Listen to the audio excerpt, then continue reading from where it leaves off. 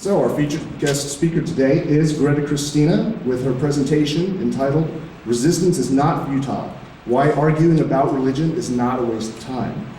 Greta Christina is the author of Why Are You Atheists So Angry?, Coming Out Atheist, and the recently released Comforting Thoughts About Death That Have Nothing to Do with God. She is also a regular contributor to Salon, AlterNet, Free Inquiry Magazine, and Humanist Magazine, as well as a featured blogger at FreethoughtBlogs with Greta Christina's blog, which is one of the most popular atheist blogs on the internet. She's actually currently finishing up her next book, The Way of the Heathen, Practicing Atheism in Everyday Life, which is scheduled for release in June of 2016. So please welcome our guest speaker, Greta Christina.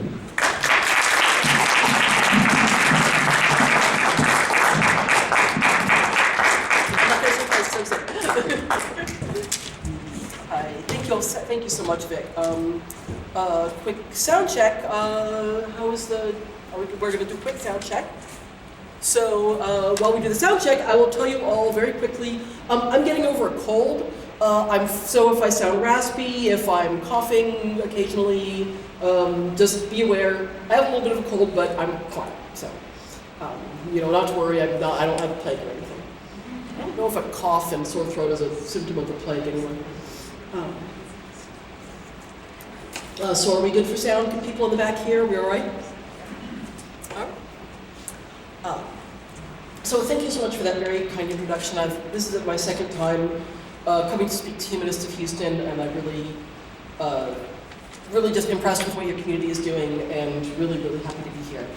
Just to let you know, I'm actually going to be here for the Secular Social Justice Conference. I'm not speaking. I actually just wanted to come to the conference, and in fact, the whole reason we scheduled this talk at this time, oh, there we go, that's better. The whole reason we scheduled this talk at this time was so that we could work with the conference and I'd have to make 2 trips to Houston. So I really encourage everybody to come to that conference. The speakers are amazing. Everything I heard about last year's conference was that it was like life-changing. So come if you're not planning on. So I'm here today to talk about resistance is not futile, why arguing about religion is not a waste of time. So, is it worthwhile to argue about religion? Yes. All right, well, thank you so much for having me. All right, cheap joke. I promise I actually am going to give a talk here. In all seriousness, yes, I do think arguing about religion can very much be worthwhile. Now, to some extent, whether it's worthwhile depends on context.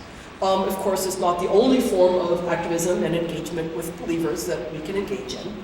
And if you personally don't want to try to argue religious believers out of their religion, that is completely valid. It's certainly not morally required. But if you're somebody who currently doesn't argue with people about religion, I would like you to at least consider stepping out of your comfort zone and trying it. And I would certainly like you to question some of the assumptions you might be making about trying to persuade people out of religion. And I definitely would like to convince you that arguing about religion can be a valid thing for other people to do, even if you decide not to. And for everybody here, whether you're somebody who currently argues about religion with believers or not, I want to talk about some strategies for debating religion effectively, and that includes strategies for deciding whether or not you want to do it at all. So first, I want to challenge one of the most common assumptions that's made about trying to persuade people out of religion, and that's the assumption that it never works. And a lot of atheists make this assumption. Believers make this assumption, and atheists make this assumption. Atheists will say, why do you waste your time trying to argue people out of religion? It never works. They'll say religious beliefs are too entrenched. People hold on to them too deeply. They'll never be persuaded out of them. Or they'll say religious beliefs are too irrational. They're held for emotional reasons, not intellectual ones. What's that thing about how you can't rationally persuade people out of an idea that they weren't rationally persuaded into? In a word, bullshit. Yes, you can. This works. Ask any atheist writer, blogger, podcaster, video blogger, anybody who's like really active on Facebook even. We hear from people all the time who tell us, I am now an atheist in part because of you. Your arguments against religion are a big part of why I stopped believing. These are not isolated incidents, they're really common. And actually, one of my favorite stories about this is I was at a conference once where Bill Nye, the science guy, was speaking, and he was talking about creationism and how we can undo creationism in American culture. And he said, forget about adults. Don't even try to persuade adults out of creationism. They're a lost cause. You're never going to change their minds. We have to do education with the kids.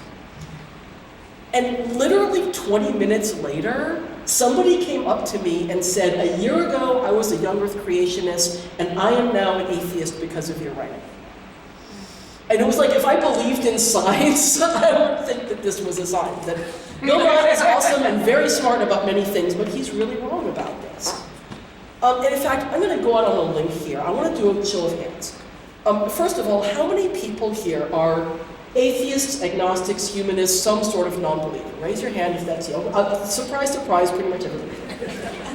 Okay, now how many of you, of those who are non-believers, how many of you used to have some sort of religious or spiritual belief?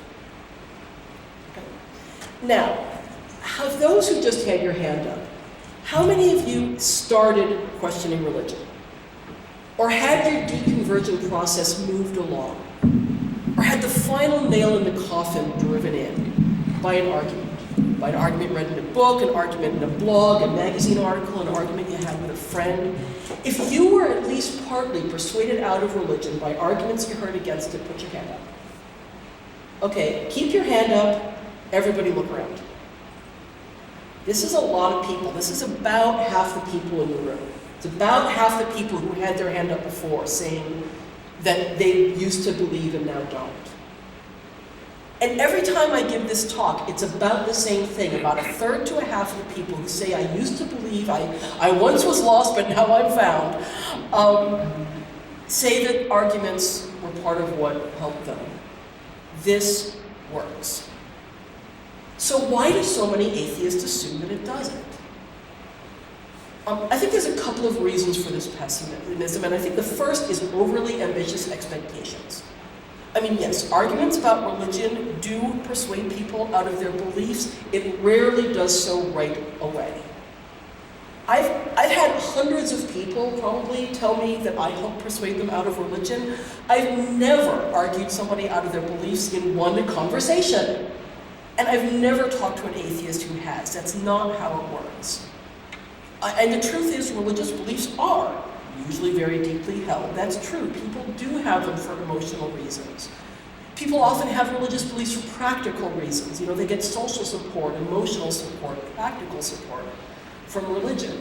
Letting go of religion can be scary, it can be difficult, and for most people, it's a process. Other people can help with that process, but ultimately people have to do it on their own, and it takes time. Hang on, drink of water.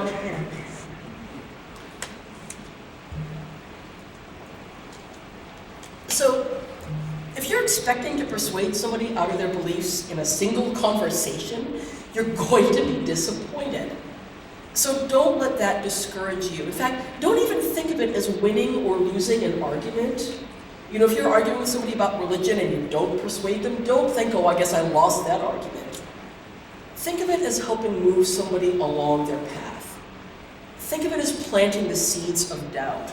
Or think of it as nurturing seeds of doubt that are already there. I mean, honestly, a lot of people, if they're asking atheists about atheism, and they're wanting to argue with us about atheism and religion, the chances are really good that they're already having questions and doubts. And so think of it as you're nurturing those seeds of doubt.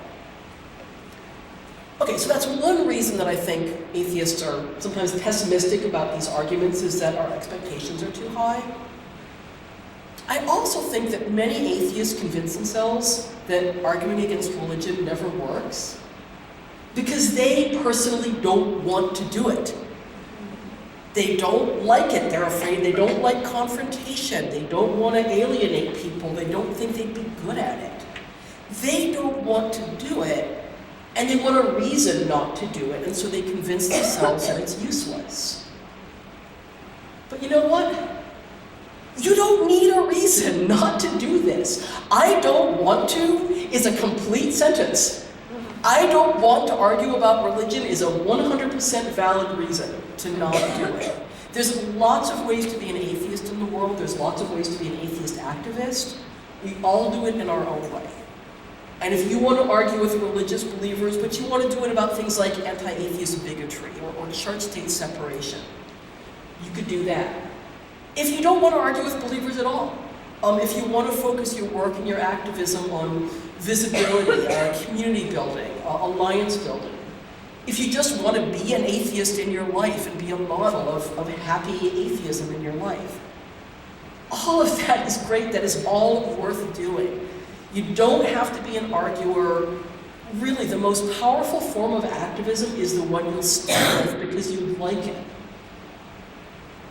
But take responsibility for that choice. Don't say, I don't argue about religion because it's always a waste of time, it never works. Instead say, I don't argue about religion because I don't want to. And as you start saying that, you might find yourself reconsidering your choice. Or you might not. But take responsibility for that choice and don't get in the way of other people who are making the other choice. We really are having an effect. You know all those graphs of the rise of atheism in the United States and around the world? That's partly because of us. Okay, so little harangue is over, I promise. Harangue is done. Hopefully I've convinced you that persuading people out of religion can be worth it. And now I want to talk about some specific strategies about how to go about doing it. Get water.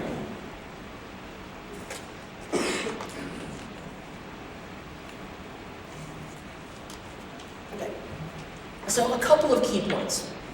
First, and probably most importantly, if you're going to argue with believers about religion, make sure your arguments are good. I have seen some really crappy atheist arguments against religion. There are good arguments against religion, and there are really bad ones. And I have seen some bad ones, and it is not pretty. Make sure your facts are straight, make sure your logic is sound. It's a really good idea, actually, to watch some other debates about religion before you dive in. I mean, you don't want to just spend weeks researching it, but just watch a couple of videos of debates, or just follow some debates online, some arguments online, and kind of see what works and what doesn't. There's this really unfortunate psychological reality that we have to deal with here. There's research showing that when people see a bad argument for something, we're more likely later on to dismiss good arguments for it. It's like if we hear a bad argument for something, it's like this inoculation against reason. And that's a vaccine we really don't want people to have. So make sure your arguments are good. I wish that were obvious, but. So moving on, it can be really effective to frame your arguments as questions. For instance, instead of saying, there's no good reason to think the Bible is true, and here's a long list of errors and contradictions in it. Instead, you can ask, why do you think the Bible is true? They're quoting the Bible at me, why do you think that's true? Lots of religions have holy books, and all of these holy books have errors and contradictions, including the Bible. Why do you believe this one? I mean, the Socratic method, it has a lot of benefits, and I'm sure I could give a whole talk about why the Socratic method is awesome. I'm not going to. I'm just going to make one point about it, which is that it makes people feel less like they're being backed into a corner, and it makes people feel more like they're thinking things through for themselves. And it's important to remember to argue against ideas and not people. There's a huge difference between saying that is a ridiculous idea and saying you are ridiculous, or how ridiculous can you be to think that? I mean, when you're debating religion, people may feel personally attacked anyway. People often take their religion very personally. I'll get to that a little more in a bit. But don't make that worse than it has to be. I mean, when we're arguing about religion, the people we're arguing about it with, they may get muddied about the difference between attacking a person and critiquing an idea, but we need to be crystal clear about that difference. Okay, so moving on. Remember how I said I hear from hundreds of people saying your arguments help persuade me out of my religion? There's a really important point about all those people. They weren't the people I'd been arguing with. They were the people who were lurking. They were the people who were looking on, who were following the argument in my blog or on Facebook or wherever. It's possible that one of these people who I tangled with directly is now an atheist because of that debate, but if they are, none of them has ever told me about it. The onlookers are the ones who are persuaded. So that's really important to remember. If you do want to argue about religion, the people you're trying to convince aren't necessarily the people you're arguing with. They're the people who are looking on. And that's true of big public debates. If you're like up here on a stage debating William Lane Craig or whoever, you're never going to talk William Lane Craig out of religion, I promise you. So that's true for big public, but people who attend William Lane Craig's debate with atheists sometimes change their mind. And it's also true for little arguments on like Facebook or online forums or whatever. And that brings me to a really important strategy point. If you want to debate religion, you might seriously consider having your arguments publicly instead of privately one-on-one. Somebody says to you, I know you're an atheist and I'm really concerned about your immortal soul. Let's sit down and over coffee. I'd love to talk with you about why you're an atheist. Consider not just saying, sure, I'll have coffee with you. Consider saying instead, sure, I'll talk with you, but let's not talk over coffee, let's talk on Facebook. Or consider saying, can I videotape the conversation and put it on YouTube? And this does a couple of things. First, it screens out people who aren't serious. And if they say yes, they've given you a public forum for making your case. They've given you all those onlookers who are probably the people you're actually going to persuade. And don't think, well, I don't have a public forum. If you have a Facebook page, you have a public forum. Now, there's an exception to this, and it's an important exception. I'm going to take a little time talking about it. And that exception is if we're talking about people that you're really close to. And if somebody who's just some guy, some woman, some friend of a friend of a friend says, I want to argue with you, that's when you say, can I videotape it and put it on YouTube? If we're talking about your parents, your siblings, your closest friends, you might want to suspend this idea. The people that you're closest to, you might not want to be making fools of in public. And in fact, when it comes to the people that you're really closest to,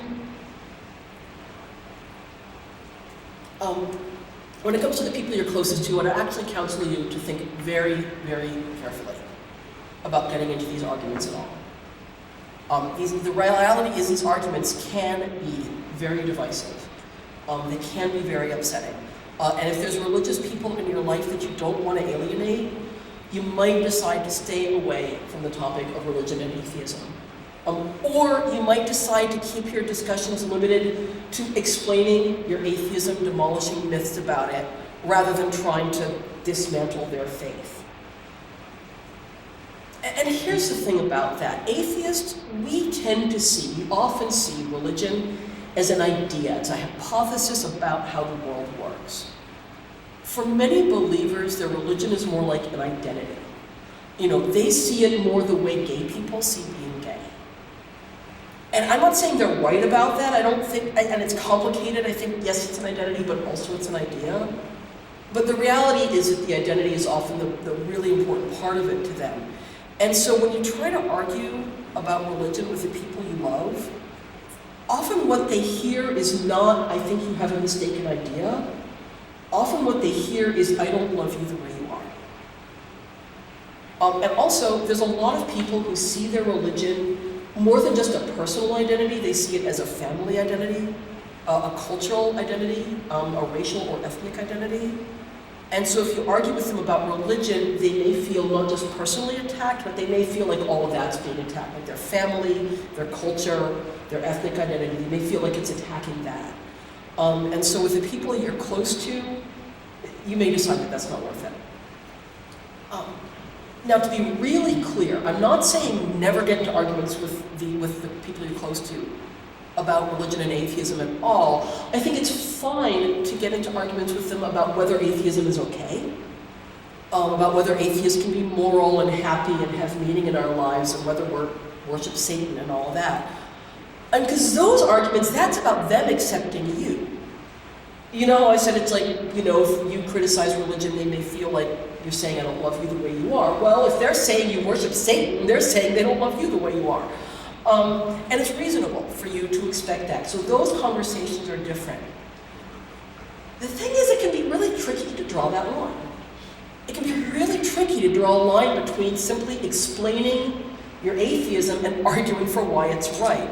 There's this reality that sometimes we struggle with in the atheist community and the atheist movement, which is that there is no way to say, I don't believe in God, without implying, if you do believe in God, you're wrong. I mean, to some extent, simply coming out as an atheist, simply saying I am an atheist, is starting an argument. And if you're explaining why you're an atheist, it can be really difficult to draw that line.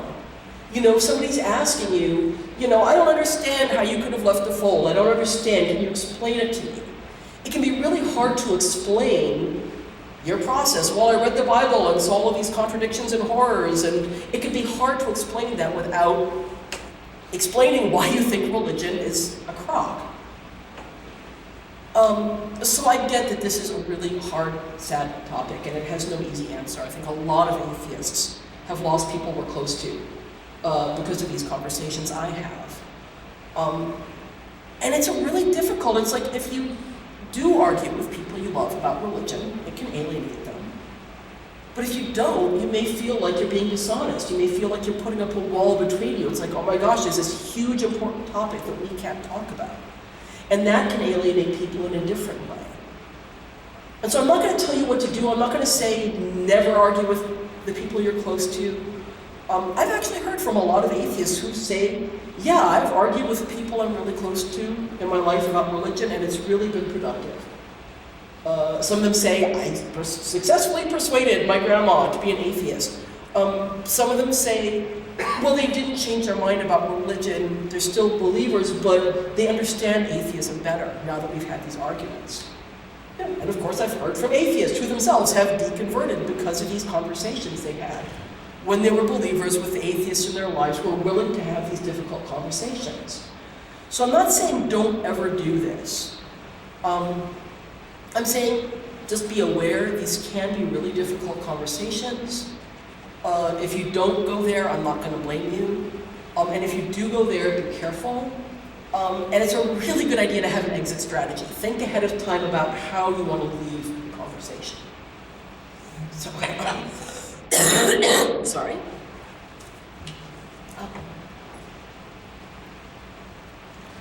I've always wondered how speakers do it when they're sick, and now I have the answer, you just do it.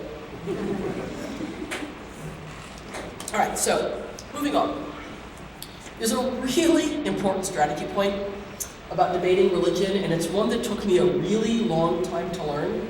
I sort of struggled through my early days of fighting about religion on the internet with people before I learned this. You are not going to find a magic bullet.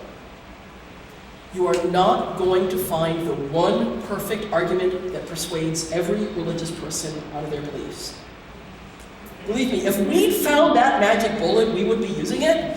And if we'd found that magic bullet, there would be 100% atheists in the world at this point. We've been having these arguments for years now. If we'd found the magic bullet, it would have hit everybody. It doesn't exist. And that's for a lot of reasons. I mean, again, religion's held for emotional reasons. It's hard to persuade people out of it for that reason. But it's also just because different arguments and different ideas work with different people. So I once did this admittedly very informal, very unscientific poll on my blog, asking atheists who had once been believers what changed their mind. And I will freely admit here, I did that because I was looking for the magic bullet. I wanted to find what works. Excuse me, sorry. And so here's what I found, other than no magic bullet. First, no magic bullet, huge variety of responses. The number of reasons that people gave for why they left religion were vast. There were some themes that cropped up again and again, but even those common themes were very much varied. Nothing stood out as the one argument that convinced people to change their minds. And really importantly, a lot of people gave more than one answer. You know, for a lot of people, becoming an atheist was a process, and it took a lot of different ideas coming together. And here's an example of how it goes. It's like, you ask somebody, what changed your mind? And they say, well, it started because I was having questions about how God could be good and still create sickness and natural disasters. I was thinking about it on my own, and I couldn't figure that out. And then I asked my clergy person these questions, and the answers they gave were really unsatisfying. They didn't really have an answer. They just told me to stop asking questions in mysterious ways, and that's not an answer. And then I read the Bible, and boy, that just shot holes in everything. The Bible is horrible and doesn't make sense. And then I started talking to atheist friends, and I started going on to atheist forums online, and they made really good points that I didn't have answers to. And then I read Why You Atheists So Angry by Greta Christina, and it was all over. That was the final nail in the coffin. This is often a process, and lots of ideas and experiences go into it. So remember that you are not going to find a single magic bullet. Different arguments work on different people. Most people need to hear more than one idea before they change their mind. And for most people, it takes time. And that brings me to another very important principle of debating religion. And it's, again, a really difficult one to remember, and that's patience. Boy, was that hard for me to learn, because I am not a patient person. And I know that each one of us probably has heard all of the really bad arguments for religion like 800 times. I mean, it's not like any of the arguments are awesome, but some of them are worse than others. And, you know, I know that, like, I've heard Pascal's wager 800 times, and the 801st time that I hear it, it makes me just feel like I'm going to explode all over the room. It's really important to remember, these arguments are very old to most of us. They are probably not old to the people we're talking with. We have to remember, we've been hearing this stuff for a long time, but a lot of believers have not. A lot of believers have never really seriously thought about their beliefs. They've been surrounded their whole lives by people who think the same thing they do. They've never really considered it. And they've never encountered serious opposition to it. And so it's new to them. My wife Ingrid makes this really good point about this. She says, you know, I can never understand what it would be like to be a grade school teacher. Because you have to teach the same ideas over and over again. And after 20 years, it's like, don't you know algebra already? You know, and she's like, but you have to remember, every crop of kids is new to. And we have to remember, every believer we're talking with, these ideas are probably new. And so we need to be willing to make our case again and again and again with each new person we're talking with. You know, if we're going to get into these arguments, we have to have as much patience the 801st time as we did the first time. And if we can't, if you're going to explode all over the room, if you hear Pascal's wager one more time, that's maybe a sign that you should step back from these arguments. Okay, there's one final point we need to consider when we're arguing about religion with believers. Okay, there's lots more than that, but I want us to wind up soon and take some questions. So, one final point for tonight. If you're debating religion with believers, ask yourself this question: do they have a safe place to land? Do they have access to a community? Do they have access to a support system, philosophies of life, ways of coping during hard times, ways of dealing with grief and death without religion? And I think we need to consider this for a couple of reasons. I think we need to consider for just ethical reasons. If we succeed in persuading somebody out of religion, I think we have something of an obligation to help them through it. That can be a traumatic transition. Most atheists who have left religion say afterwards that they're happy about it and they think it was the right decision, but the transition itself can be traumatic. And I do think that we have, if we're going to try to help somebody into that transition, I think we have an obligation to try to make it easier if we can. And I think we also just need to consider this for just practical Machiavellian reasons. If we want to win the argument, this will help. people have a harder time considering the arguments against religion if they think that letting go of religion is going to be dangerous and traumatic. It's going to be easier for them to hear our ideas if they feel like atheism is a safe option. I know that this is going to come as an enormous shock to everybody, so brace yourselves, but people are not always entirely rational. We don't always consider arguments based purely on their merits and purely on the logic and evidence. And I remember, again, early in my days of blogging and getting into these arguments, I was like debating with somebody, and I was like, oh, I know, I can see all those arguments, and I can see exactly everything that's wrong with them, and I can see exactly how I'm going to dismantle them point by point, and I don't understand why you're not changing your mind, Reverend. You know, we don't always consider arguments purely on the basis of merit. We do consider them based on what's easier to believe, what's comfortable to believe, what's familiar.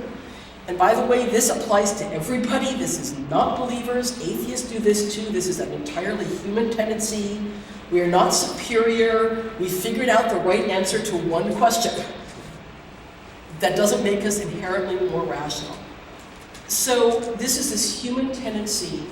People can consider new ideas better if they believe that changing their mind will not destroy their life. So if we want to persuade believers that religion is mistaken, you know, we don't even actually, you know what, if you want to persuade believers that religion is mistaken, you actually don't have to get into these arguments at all. If you're like, yeah, I would love there to be more atheists in the world, but I don't like arguing with people, one of the most powerful ways to persuade people to become atheists is to reassure them that atheism is okay. And I could give an entire talk on that, on how we give people a safe place to land when they leave religion. Again, I'm not going to do that today. I'm not going to shoehorn an entire other talk into this one. So I just want to touch on a few basic ideas before I wind up and take questions. So how can we make atheism a safe place to land so people can reconsider their ideas? Well, we can make atheism more visible. We can provide more examples of happy, productive, ethical atheists with meaning and joy in our lives. You know, that could be billboard campaigns, bus ad campaigns, going on TV, doing community service, going to festivals, just being, you know, we can be visible. We can make ourselves visible. We can make our communities stronger and more welcoming. We can look at the things that religion provides for people, the social support, networking, counseling, job training, education, safety nets, daycare, family activities, rituals, rites of passage, charitable work, social justice work, fun, inspiring events, companionship, continuity. We can look at what religion provides, and we can try to provide that for each other and for people who are joining us. We can also look at things that religion doesn't provide for people. Religion, you know, there's a lot of things that religion doesn't provide for people, but people still need them, and we can offer that.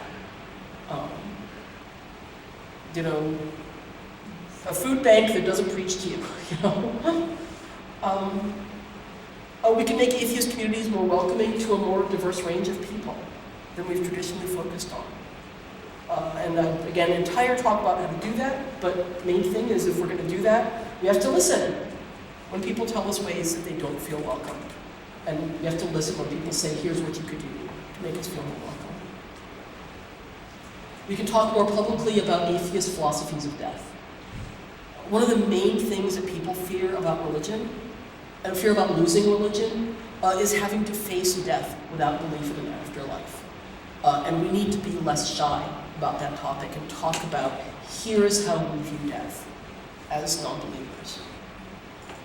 And very importantly, if we want to persuade people to leave religion and we want to give them a safe place to land when they do, we can just come out as atheists. As much as we can, as safely as we can, and be as open about our atheism as we can. When people answer the question, how did you become an atheist? Interestingly, one of the most common answers, and one of the ones that I wasn't expecting when I started asking this question, was, I met an atheist.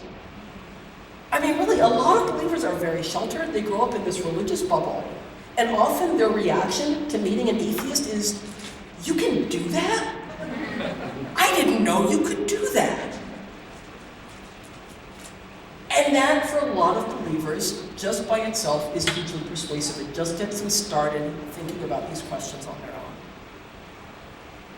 So there's a lot of things we can do to persuade people out of religion. We can make sure we have good arguments. We can phrase our arguments as questions more than as arguments. We can argue against ideas rather than people. We can remember that we're talking to onlookers as much as the people we're debating. We can think carefully about arguing with the people that we're very close to. We can give up on finding a single magic bullet. We can be patient, and we can work on making atheism a safe place to land. But when we come out as atheists, and when we show people that atheists exist and are living good, happy, meaningful lives, it's probably the most powerful argument we can make. And we ourselves can be the safe place to land. Thank you.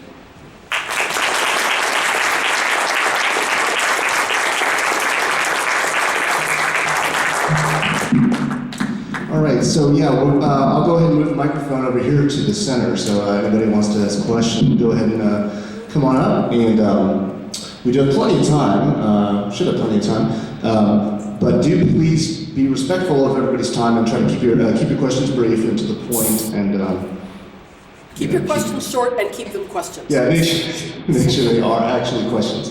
Yeah, well, actually, if it's okay, if you don't mind, I'll go ahead and get the questions kicked off. You mentioned that a lot of some atheists make very bad arguments when arguing with religious believers. Can you share some of those arguments that you feel should be avoided? Oh my gosh, bad arguments against religion. That's a whole other talk. That would be a fun talk to give. Bad arguments against religion. Okay, well, one of them is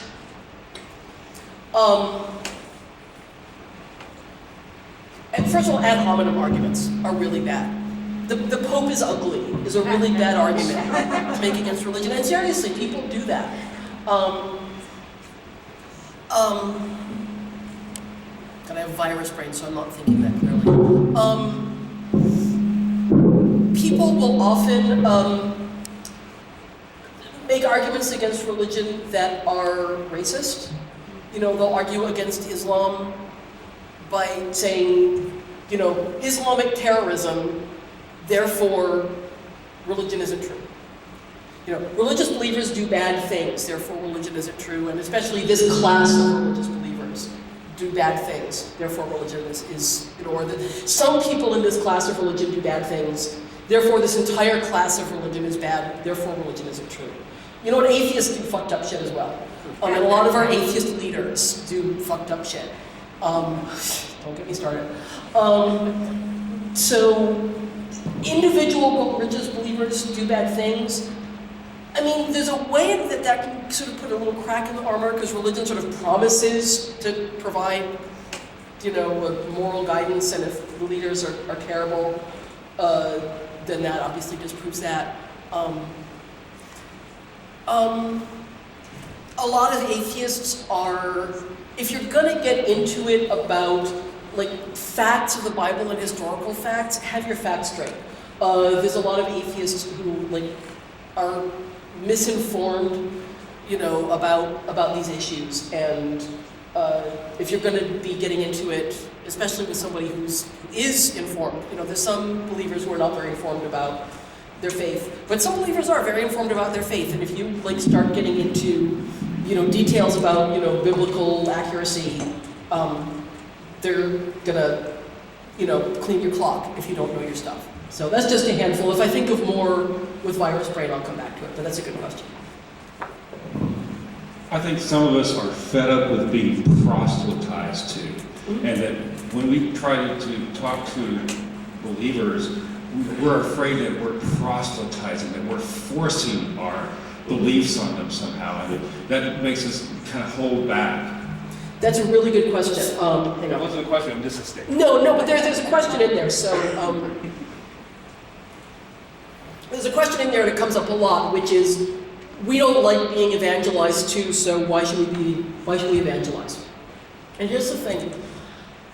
I actually don't think religious evangelizing is inherently a bad thing. I know you're going, what? And I'll explain in a minute. Trying to persuade people that you're right and they're wrong about how the world works, that's how the world works. That's how the marketplace of ideas works. That's why we now believe more things that are true and fewer things that are untrue, is because we've argued about them. So the fact that believers try to persuade non-believers that they're right and we're wrong, I don't think that's inherently a bad thing. The problem with evangelizing and proselytizing isn't that they think they're right and we're wrong, it's how they go about it. It's that they use fear tactics, it's that they make false promises, it's that they evangelize to people who don't have a choice. You know, they evangelize like in public schools, you know, to kids who don't have a choice about whether they listen. You know, they evangelize to people that they're helping. You know, it's like you're helping, it's like if your choice is listen to God or don't eat. They knock on your door at 8 o'clock in the morning, you know, they're relentless, they don't let go, and sometimes their proselytizing is really hostile and hateful. So that's the problem with originalist evangelizing. And so I think that if we're going to get into it, it's not like there's anything wrong with trying to persuade people that they're wrong, it's just we need to not do that stuff. You know, don't knock on people's doors at 8 o'clock in the morning, drop it if people want to drop it, don't use hate, don't use fear, don't make false promises, you know, that kind of thing. So. Thank you. I have the other question. How about when they're in this comfortable place? You know, they have, let's say, I was teaching these ladies, a whole bunch of ladies, and so they have a group, they support each other, they find comfort there in their religion, and so, but I think it's wrong, and I want to make an argument, but they're so happy there. Yeah. So the question is... What should you do, and how do you go? Right. So the question is, if religion is giving people comfort and making people happy, should you try to argue them out of it, and if so, how? And whether you want to or not, that's kind of up to you, that's kind of your judgment call. You know, I have my own guideline, which is I never try to argue somebody out of religion. And if religion is just making them comfortable, I don't think being comfortable is the most important thing in the world. If somebody's really relying on religion to survive, you know, if they're using it to help them recover from addiction, if they're deeply in grief and they're using religion to help them cope with that, you know, if they're really on the brink, if they're poor, really on the brink of like disaster, homelessness or disaster, and religion is how they're getting through that, those aren't the people who I argue with. If people are just comfortable, you know, what's that saying about how, you know, activism is meant to comfort the afflicted and afflict the comfortable? But also I think that that's a case where one of the best arguments are, I'm so glad that your religion provides you a good community.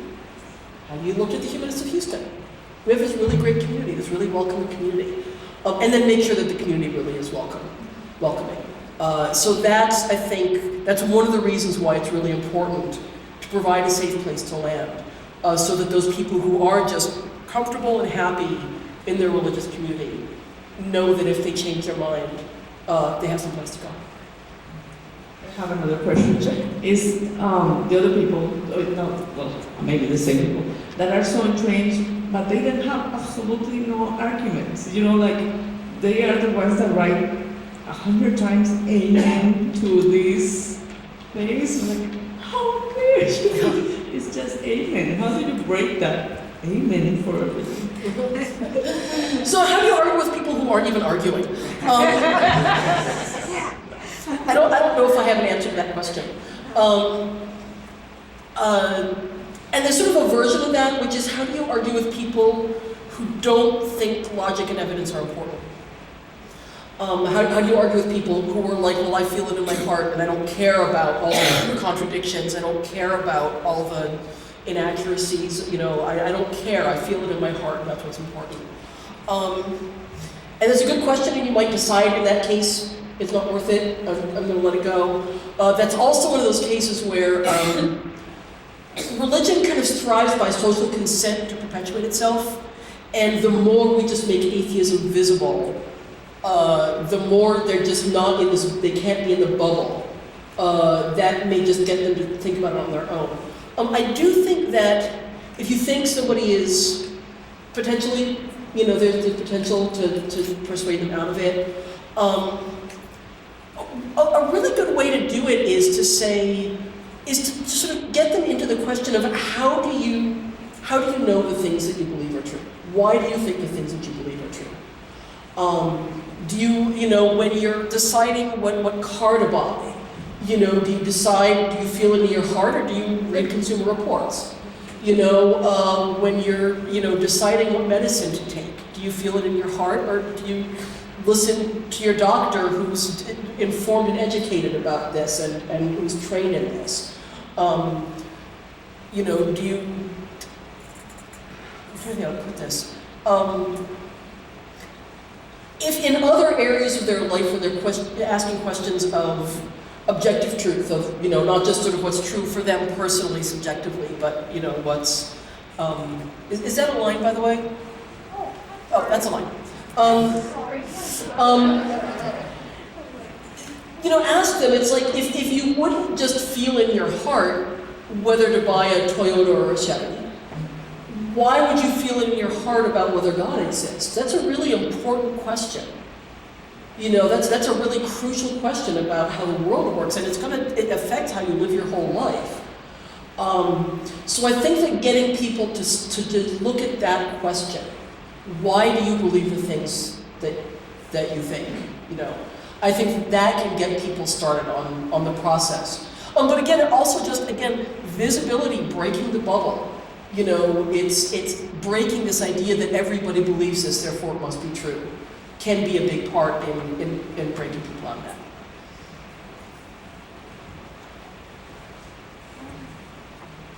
This is along the same vein as the question before, but a little bit more specific. Actually, can you use the mic? I can't. Sorry, but it's a little bit more specific. Sure. I have family members who believe that they've had visions and of sorts.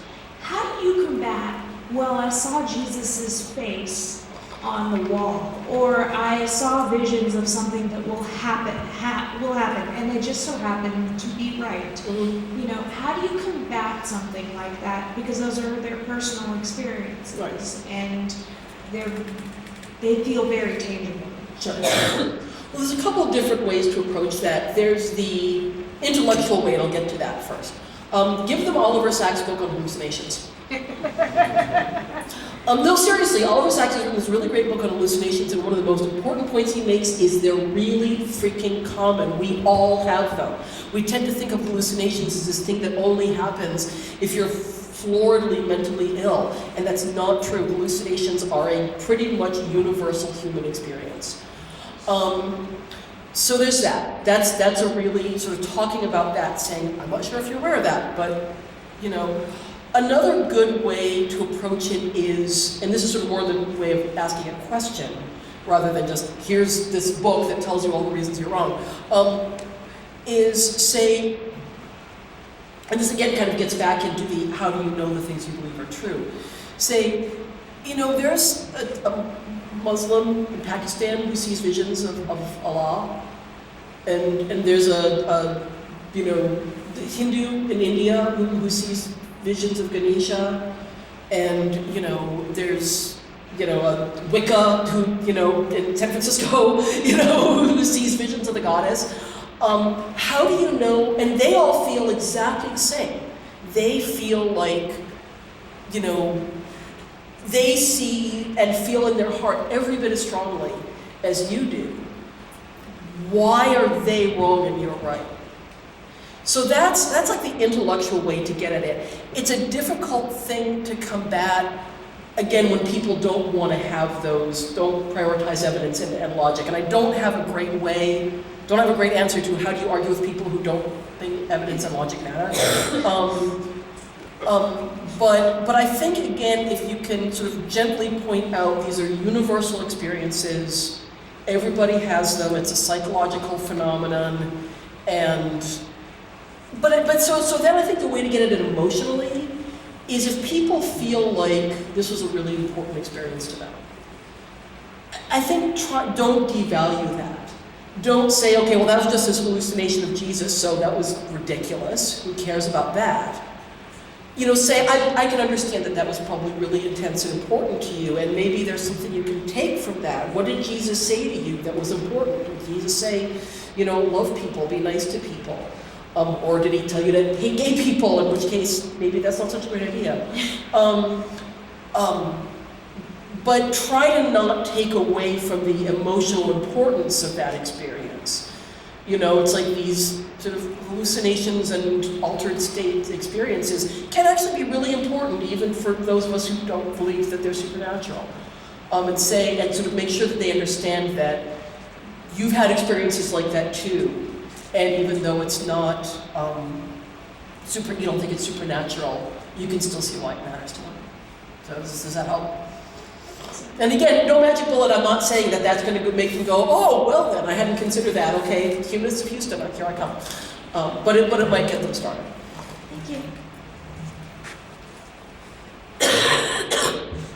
Speaking of the social contract and the assumption that everybody around you thinks they believe as you do, and we do live here in a rather conservative state, I find myself vexed by the assumption that, and yet if you say something, you're automatically branding yourself as not believing that. And there are certain circumstances, work for instance, civic situations, especially if you're in certain lines of work, where it isn't safe to be branded that way. So even just asking for neutrality and respect and, a healthy ecumenism is already stepping outside. So you might as well just come completely out. How can you ask for that and it be just, well, can we show respect for everyone? Can you go to a city fundraiser and there not be a prayer that ends in Jesus' name? And by saying it, not be branded. Yeah. And that is in at least here, seems impossible. Yeah. That's a really good question. When I say something is a really good question, by the way, I tend to mean I don't have a ready answer. I think there's a couple of ways. I mean, first of all, a lot of what you're talking about is coming out. I have an entire book on coming out as an atheist, and it's not a short book. Part of why it's not a short book is, there's a section on coming out if you're in the military, and coming out if you're in a conservative area, and a progressive area, and if you're a parent, and if you're a student, and, but also it's just because it's a difficult subject. So my first answer is consider your safety. But I think a good way, if you want to approach these issues of, how do you advocate not even against religion, but just for respect and for, multiculturalism and for plurality, you can make it on behalf of the other guy. It's like, I bet that there's Hindus here, I bet that there's Jews here, I bet that there's atheists here. And I don't think they necessarily believe this, and this may make them feel very uncomfortable. If you're talking about things like city council meetings, often a really good idea is to partner with minority religions. Sometimes the best people to push back against the Jesus prayers at city councils aren't atheists. Sometimes the best people to push back against it are Hindus, Muslims, Jews, Wiccans, Zoroastrians, whatever. So that's, I think, a really good, and it's something that I would like to see atheists do more of, is partner with and do alliance building with other minority religious views. So I think that can be the way to do it. If you feel like you're not safe coming out, be talking about the other guy. But again, I will say, if you really feel like it's not safe, that's your most important concern. May I ask a follow-up? Sure. a little bit impressed that I've been using the Greta Christina argument then without knowing it, because I am usually the one that calls up an organization and says, you know, we're in the 4th largest city in the country and actually the most diverse one according to the last census, and it didn't really seem appropriate at that fundraiser lunch to have an evangelical Christian end the prayer with blah, blah, blah, blah, and talk about the blood and everything else when there were probably atheists, Jews, Hindus, Right. et cetera, et cetera. But if you are the only one making that argument every time, Right. you are still out of You're yourself. making yourself a target, yeah. And I don't have a great answer to that other than, that's always the thing. It's always hard to be the first person to say that the emperor has no clothes. It's really hard to do that.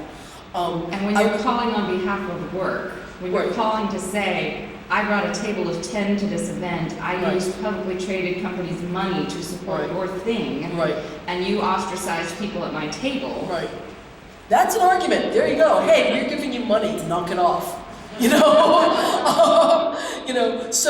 But yeah, I think that one of the best ways to do that, if you can, is to not always be the only person, is to try to get somebody else to occasionally be the one to make the phone call.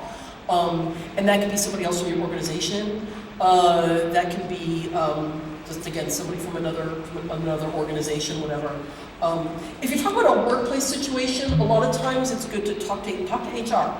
Unless HR are themselves a screaming fundamentalist, and even if they are, it's literally their job to make sure everybody is, well, they're not breaking the freaking law. It's like that's some of it. And then honestly, if you are talking about a legal situation, call Freedom from Religion Foundation.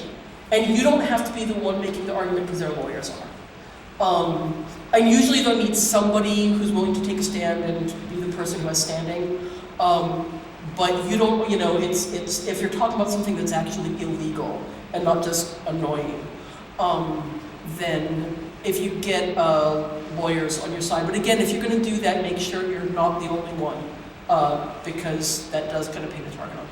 So yeah, the main thing is it's hard to be the only one. So if it's at all possible, don't be the only one.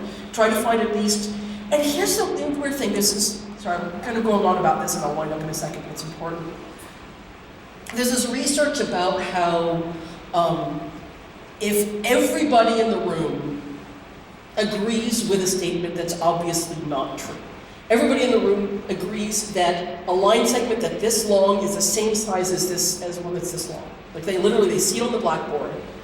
If everybody in the room says it, people don't want to speak up and say, no, that's wrong. If one other person says, no, I don't agree with that, that makes it then other people will start saying that. So basically, one person saying the emperor has no clothes is really hard. The minute you get a second person, that starts to make it easier, and that starts to make the dominoes fall. So even just getting one other person or two other people who can ally with you, it doesn't just make the burden less on you. You'll start to get the dominoes fall. So. Just real quick, so it's 8:20 right now. What do we need can I just get a quick show of hands who either has a book that they want signed or plans to buy a book that they want to get signed? Just to get an idea of how much time we'll need for the book signing part. Okay, so yeah, I think, okay, cool. Yeah, so I think we'll have just enough time to wrap it up, but we'll probably want to wrap up here. Okay, we have 3 people waiting. Should we finish up with those and then, why not? Okay. Hi, thank you for your talk. I'm a high school biology teacher, and I hope this is along the lines of your talk. When I approach teaching evolution in the classroom, it's always from the context. It's generally accepted that the context is sort of, you can believe what you want, but this is science, and so this is faith-based and this is evidence-based. And so, by the time I'm finished, I've never actually had a problem in 20 years plus of teaching evolutions, which is great. But I guess my question is, I feel like the students kind of walk away with, I can still believe, but I just have to understand this, and I don't think my goal is to move them and to argue religion. And I tell them, like, there is no debate to be had. Like, any classroom that debates, religion and science is really doing the wrong thing. But I guess my question is what is your take on that approach? Because I do feel like they walk away with, you know, it's okay to believe, but here's evolution. And is there a different approach that maybe to have taken? And I teach in all private. It's always been private schools. Thank you. So the question is about, I'm trying to answer that. Some of the questions about how to make arguments for atheism and against religion are context dependent. And if you're a teacher that's a really specific context, and I do think it's important that you not be, it's not your job to teach them to be an atheist, it's your job to teach them evolution. And it is true that people are very good at compartmentalizing, and again, that's not just religious believers, we all do it. We're very good at compartmentalizing and doing that thing of, over here, I have this, over here I have this other belief. They contradict each other, and oh well. What I would say is, if you're doing a good job teaching evolution, and it sounds like you probably are, you're obviously a smart, thoughtful person, if you're doing a good job teaching evolution, yes, some of your students may leave with this compartmentalized bubble in their head a year later, 5 years later, 10 years later. If you're doing a really good job teaching evolution, they may have a harder time compartmentalizing that. They may have a harder time, when somebody makes a really terrible creationist argument, they're going to go, wait a minute, that doesn't make sense. One of the things that I found is that, and this is anecdotal, I don't know if this is really true, this is just sort of my own observation, is that progressive and moderate believers, when you try to persuade them out of religion, when they start questioning religion, it's kind of slow and squidgy because their beliefs are already, very flexible and very malleable. So they're willing to listen to your ideas, but it's sort of harder to get them to drop that same thing. What I found with fundamentalist religion is that it's solid, but what's the word I want? It shatters easily. Once it starts to go, it really goes. And so once people start asking questions, because the whole foundation is you have to believe this thing. No, it's not malleable. No, it's not plastic. You can't change your mind. And so once they start questioning anything, they kind of have to start questioning everything. So what I would say is, the whole thing about, yes, you can believe in religion and still think this, it's a tricky thing because I kind of think it's not true. I know. It's That's not exactly really true. Yeah. And it's not just fundamentalist religion that is contradicted by evolution. I actually think all religion is contradicted by evolution. It's another long story. But at least all Christian religion is. But I understand that because you're a teacher, you're in this particular position and you have to be careful.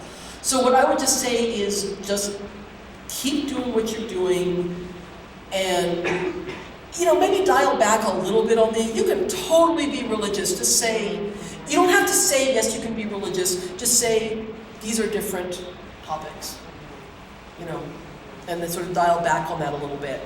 But the main thing I would say is, don't think that because people leave your class with these compartmentalized bubbles, that they're going to stay compartmentalized forever.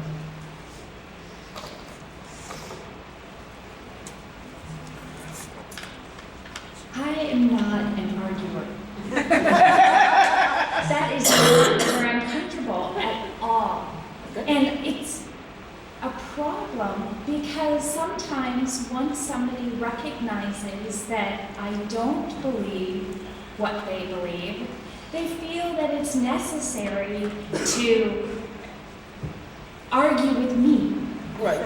And we just heard you say that bad atheist arguments are worse than no atheist arguments, right. And I need to find some way to respond to these, what I would consider attacks. But, right. Most Christian apologists have their argument and they have practiced in front of the mirror and they got it down. Yeah. And I'm like, well, I remember I read, or maybe I heard somewhere, I think it was on NPR, but I can't remember. I totally know what you mean, yeah. So, help me Sure. find somebody to respond. So there's a couple of things I have. First of all, I totally feel you. I actually do like arguing and I'm pretty good at it, but I'm not somebody who has facts and figures at my fingertips. I'm good at arguing like conceptually, but I'm not somebody who like can pull up the historical and scientific ideas at my fingertips. So I don't get into those arguments. I think it is perfectly legitimate if a religious believer hears that you're an atheist and says, but X, Y, Z, to say, you know, I really don't like debating religion. I just don't like arguing about it. And if you want to see the reasons that I believe, here are some other sources. You know, go to this place. Go, and especially if there's somebody who is good at debating, you know, God, tell them to go to Matt Dillahunty at the Atheist Experience, because he's awesome at it. Say, if you really want to argue about this stuff, call up Matt Dillahunty at the Atheist Experience. He's really good at it. I just don't like to do it. You know, and change the subject. I mean, seriously, that is a completely legitimate response. We don't have to get into it with people. But I do think if you're going to do that, if you're going to just deflect and say, I don't like to debate it, it's just not fun for me, it's not something I'm particularly good at, here are some other people who are good at it and who like to do it. I don't want to make them think like they won. Because I don't have an argument or a quick comeback. Right. I always think, well, they probably go home thinking, man, I showed her. Right. You know, they're going to think that anyway. They're going to think that anyway. I mean, you know, no matter how good the argument was, you know, it's like you could be Matt Dillahunty and they're still going to go home thinking I showed them, but then there's a little thing in the back of their mind. And again, just being an out, happy, productive atheist, that's an argument for atheism. And I actually think that being somebody who's confident in their atheism and who's like, you know, I really don't want to debate this. I've argued with people before and I don't enjoy it. There's other people who are better at it than I am. You know, if you want to see the book that I read that helped convince me, you can read that. If you want to see a blog that I read that convinced me, you can read that. But I just don't like getting into it. That's an argument for atheism. Because you're a happy, confident atheist who's comfortable with your position. Thank you. Sure.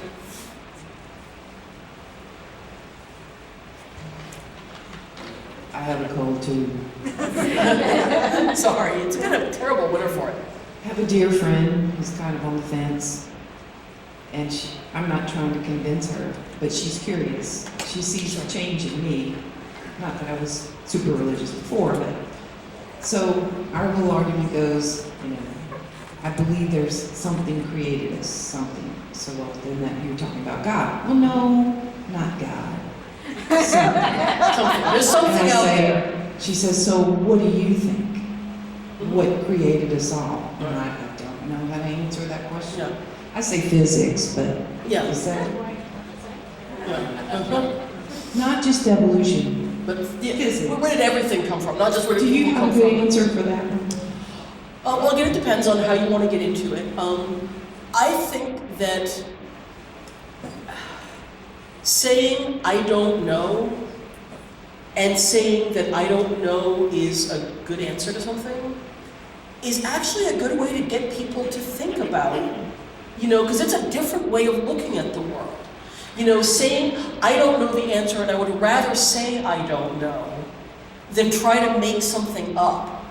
An analogy I sometimes use is, I think about like a coloring book.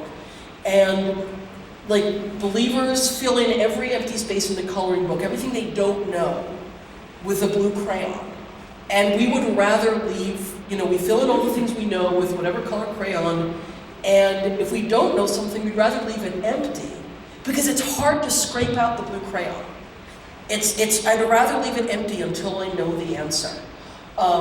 You can also say, I don't know, but physicists are working on it. Physicists are actually really seriously working on the question, why is there something instead of nothing? Why does the universe exist? That's a question that's being investigated. And you can say, you know, that's a question that's being investigated, and I would rather wait to hear what the physicists say about it than try to make up an answer. I mean, sort of the very short answer, if you want an answer to that particular question that physicists are looking at, is nothingness is unstable. Something is more stable than nothing.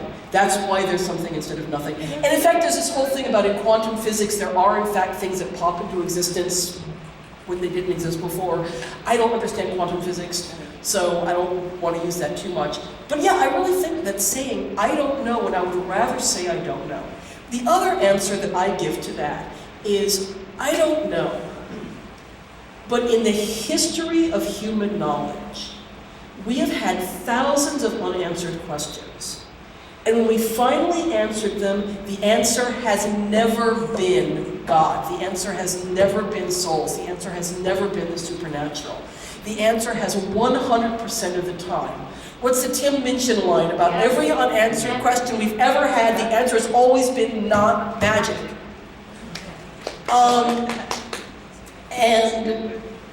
And so what I say is, I don't know the answer, but given that history, I think the chances of the answer being not magic are really pretty good, and I don't see why I should think that the answer is magic. Sorry.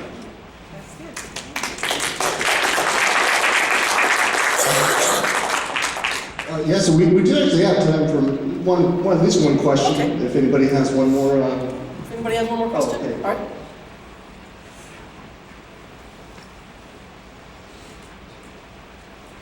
It's not really a question, it's thought stimulated by your answer Okay. just there. I'm not from this country, by the way, so I understand you guys... Oh, can you speak directly into the mic? It's a little hard here. I'm not from this country, by the way, so I understand you guys have a whole different perspective on atheism than I do, because I live in a country where, although people don't declare themselves as atheists, they mostly are atheists. Mm-hmm. A couple of things. Interesting tautology. You said it's difficult to argue against bad creationist arguments. I don't know of any other. God, yes, it's true. Something about the origins of mankind. Good place to go. Matt Dillahunty actually quite rightly pointed out, has got some great ideas out there, but he confronts the something from nothing argument constantly, because people bring it up all the time. And one of the things that he says all the time is, no one in science is saying that something came from nothing. All that they're saying is, we know about the Big Bang, we know what happened however many milliseconds after the universe started. What we don't know, and that's the don't know, what we don't know is what came before. But nobody is saying something came from nothing. We just don't know. No, we're saying that we don't know. Yeah, exactly. That's important. And as far as sort of there's something you said that's actually interesting and important, which is, it's hard to argue against the bad arguments for creationism, but as long as there's good ones. Yes, that's true. What I found is that if I'm sort of dividing arguments for religion into categories, it's not like good ones and bad ones, because they're none of them. If there were good arguments for religion, we wouldn't be atheists. There are some arguments for religion that are at least arguments. They're trying to look at evidence. You know, it's like the argument from design. It's like, look around you, everything looks like it, was designed. How can you think it wasn't? The argument from fine-tuning. It's like, it's absurdly improbable that existence even is a thing. So, how can you think that improbability was just an accident? Even I feel it in my heart is sort of an attempt to find evidence. And then there's people who are just like, right is right, wrong is wrong, and the Bible says it, and I believe it, or however that thing goes. And those are sort of the different approaches. It's like if people are coming at you, at least with something that resembles an attempt to look at the world and understand it. It's like, the thing about that I always say about the argument of design is, no, it's not a good argument, but you need to understand evolution to understand why it's not a good argument. The argument from fine-tuning, it's not a good argument, but you need to think about it for a while, and you need to understand some things about probability to understand why it's not a good argument. And at least, again, it's an attempt to look at how the world works and figure it out from logic and evidence. And then there's the people who just don't care about that. And those are just kind of different approaches. And if somebody really is coming at you with logic and evidence, and you can respond with logic and evidence, and if somebody's coming at you with, well, the Bible says it, then that's when you start bringing in, well, the Quran says something else, and the Bhagavad Gita says something else. And that's when you need to start to get them to question the whole idea of how they know the things that they know, and why they believe the things that they believe. Because if they're already at trying to make an argument for why, then you can engage about the evidence. So, all right. So, any other questions, or should we start? If there's a real quick one, you can give. If there's a quick question, we have time for. Quick question? Shoot. But I think in the mic because we want to. Yes, to South Africa? England, pardon me. I believe that science is already speculating about what preceded the Big Bang. It has to do with black or dark matter and material in suspension, but the consensus is that there was material before the Big Bang. The real salient question is, who gives a shit? What does it matter? Figure out the Big Bang and be comfortable with that of 10 billion years ago, and then go one step further back. It really doesn't matter. But the question that I have for you, I believe, is kind of two or threefold. One, we have time for a quick question. No, I'm going to give you very quickly. Just I don't really expect an answer. One, when you're arguing about religion and God, etc., should you give the person you're questioning or the person you're debating with a common test of some kind? For instance, an IQ test, an education test. I mean, these are not arguments that are meant for just anybody. I mean, where do you draw the line? Is it 60 IQ points and above? Is it 80? And what is the upper limit? Do you want to argue with someone that has an IQ of 145 or 150? But even more importantly, why do you want to argue? Have you no faith in the constitutional system in the United States, number one? And who do you really want to argue with? Do you want to argue with the theologians in Central America who fought and died, even though there were Catholic priests and nuns? I believe it was not revolutionary theology, but something like freedom theology. You know who I'm talking about. Do you really want to argue with the Pope, who's probably 75% right and 25% stupid? But why? You never address the question. Sure. You address the question of how, which is very mechanical. Sure. Okay. So I will answer those questions. Why? The first thing I want to say is about the intelligence test and education test. It is a huge mistake to think that believers are less intelligent than we are. It is a huge mistake. It is also a huge freaking mistake to think that education is a sign of intelligence. Education is a sign of money, mostly in this country. Formal education is especially a sign of money in this country. College education is a sign of money in this country. It is a huge mistake to think that we're smarter because we figured out the right answer to one thing. And it's a huge mistake to think that people with formal education are more intelligent than people who don't have formal education. I know a lot of people with high school education are less who are some of the smartest freaking people I know. And they figured out that there was no God. It's without having the benefit of a PhD. As far as why to get into these arguments, I mean, again, if you don't want to, you don't have to. But arguing about religion doesn't contradict the Constitution. I'm not trying to make laws saying that people can't believe. I would absolutely oppose laws saying that people can't believe. But religion is an idea about how, the short answer to that is religion is an idea about how the world works. And we argue about those in this country. We argue about how does the world work? Why are things the way they are? That's part of the marketplace of ideas. And I think it's an idea that's not only mistaken, but that does great harm. I think religion is an idea that on the whole does significantly more harm than good.